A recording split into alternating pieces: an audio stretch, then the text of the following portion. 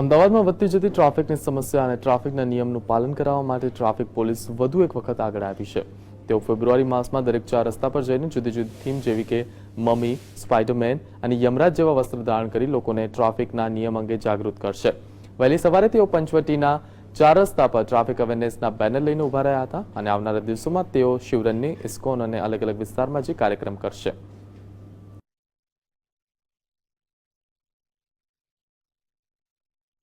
કે હેતુ એ છે કે રોડ સેફટીનું મહત્ત્વ કેટલું છે એ આજના યુગમાં અમે બતાવવા માગીએ છીએ।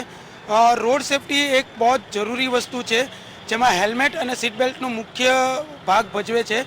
તમે જોઈ શકો છો જે આપણી બાજુમાં મમ્મી ઊભું છે, જો તમે સીટ બેલ્ટ કે હેલ્મેટ ન હોય તો એમની જેવી તમારી હાલત થઈ શકે છે।